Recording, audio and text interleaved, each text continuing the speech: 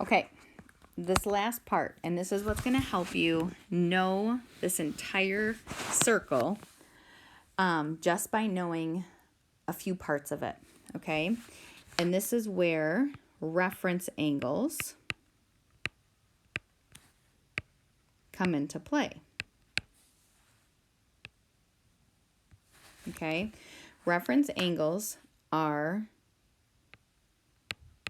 positive, acute angles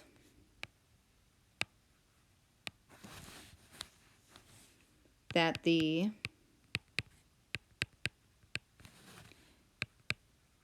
terminal side of the angle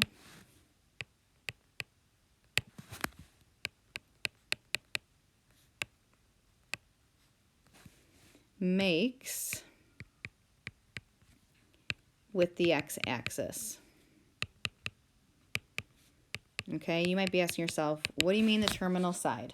Okay, terminal side, so if you think about what an angle is, an angle that by definition, you're given a ray and you rotate that ray around about the end point. So picture your pencil laying on that and you rotate it open.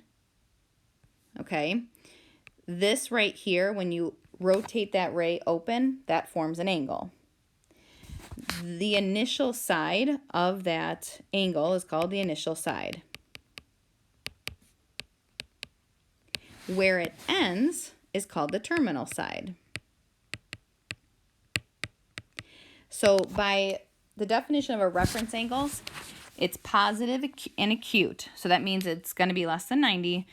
It must be a positive angle. And it's measuring the angle that the terminal side is making with the x-axis, okay?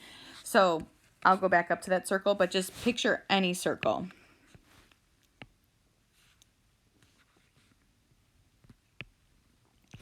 I rotate this around and I stop here. The reference angle of that angle is the measurement of this piece. Okay, so what is that measurement? That is this angle's reference angle. If that angle ended up in the third quadrant, so down here, its reference angle is whatever this measurement is. Okay, no matter what, you're going to list it as a positive value. If the angle ended, so the terminal side was in the fourth quadrant, down here, its reference angle is whatever this measurement is. Again, always positive. And in the first quadrant, that's actually the easy place to see it, because it's pretty much what it is, whatever the angle measurement measures. If you started here and it opens up, the reference angle is the angle, okay?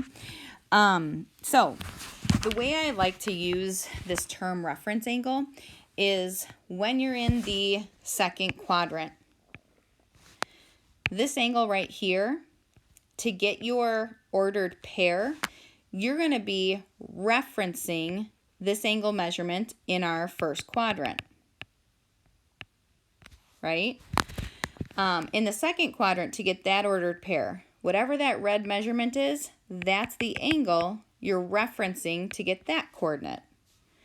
In the fourth quadrant, whatever that little red piece is, that's the angle in your first quadrant that you're referencing to get that ordered pair. So let's look at the big picture so you can see how this works.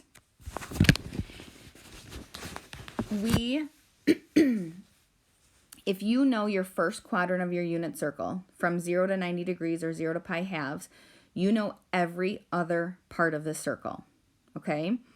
So let's talk about our 30 degrees and our 150. When you look at 150, and you might say, what's our reference angle? It's whatever this measurement is right here. Well, think back to when we had the triangles drawn in there. What part of that 30, 60, 90 was there? It was your 30 degrees, right? So to get everything that we want to know about 150 degrees, what angle are we referencing? We're referencing 30 degrees. Okay? So, what's different about the coordinate? The only thing that's different is the negative sign. What's different about the radians? The only difference is our numerator. Okay? So now let's look at the other one in red. We took that triangle, we flipped it over. What's true about that central angle? 30 degrees again, right? So its reference angle is also 30 degrees. Why? What angle are we referencing to get everything we know about it? The 30-degree one in quadrant 1. Looking at 330. Think about when we drew that triangle in. What was our central angle? 30 degrees. That's its reference angle. Okay? Again, look at those coordinates. Look at your radian measurement. Look how similar all of those are to the one in the first quadrant. Same thing when we drew our triangles with our 45s. What was your central angle at every triangle when you flipped it around? 45. So notice 135, it references the 45-degree angle in the first quadrant. 225 references the 45-degree angle in our first quadrant. 315 references, probably getting sick of me saying that, the 45 degrees in our first quadrant. And then with the one in purple, it's referencing the 60. Okay, so 120, its reference angle is 60 degrees. So there's two ways to think about it. You can think about it, how much farther do you need to go to get to the x-axis? So like at 120, how much farther do you need to go? You need to go 60 degrees, right? To get home to the x-axis. Or at 240, you need to go 60 degrees back. Or at 300, you need to go 60 degrees this direction. Or at 60 degrees, you need to go 60 degrees home. So you can think about it like that. But since we started this whole process with drawing in triangles, think about that central angle of that triangle. They all have the same thing. They all had in this case, the one in purple, a 60-degree central angle. Because all we did is we took that triangle and we flipped it around. Okay? So, if you know your first quadrant, you know your entire circle. So what I would say to practice is practice just taking a blank unit circle. You can print one again, or even just draw your first quadrant and label it. Okay? Label your coordinates and label your degrees and label your radians. Another thing to remember, and this is what helps me remember my coordinates at each point, is I picture that triangle, especially with your 30s, your 30, 60, 90. This side is clearly longer than the height, right?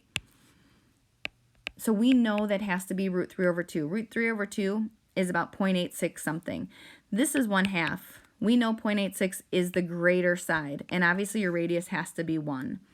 So it gives you that visual, right, to see it. So now if I flip that, now picture my triangle. I hope I'm not messing up my colors from up above. Now this is the shorter side, right? I think I did mess up my colors.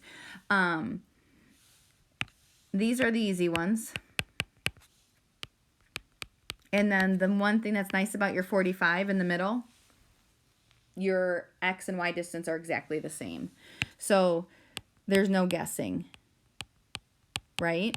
So if you really picture these triangles here, especially with your 30, 60, 90, it's going to help you learn it so much faster and to be able to think about it faster in your head, okay? So it's really important to visualize that. Going back to your filled out unit circle, remember your X values are your cosine, your Y are your sine. You know now the cosine and sine value of every single angle measurement on this circle in degrees and radians, right? So if I ask you the cosine of 45, you go to your coordinate and you say, oh, it's root 2 over 2. I ask you the sine of 7 pi 6. You go there, you look at your coordinates, and you pick your y value because it's sine, and you would say negative 1/2, okay? And that we learned the sine and cosine last week on the Desmos, and then it was talked about in the videos earlier this week. Okay, so it brings together so much information. Okay, all right, have a good rest of your day.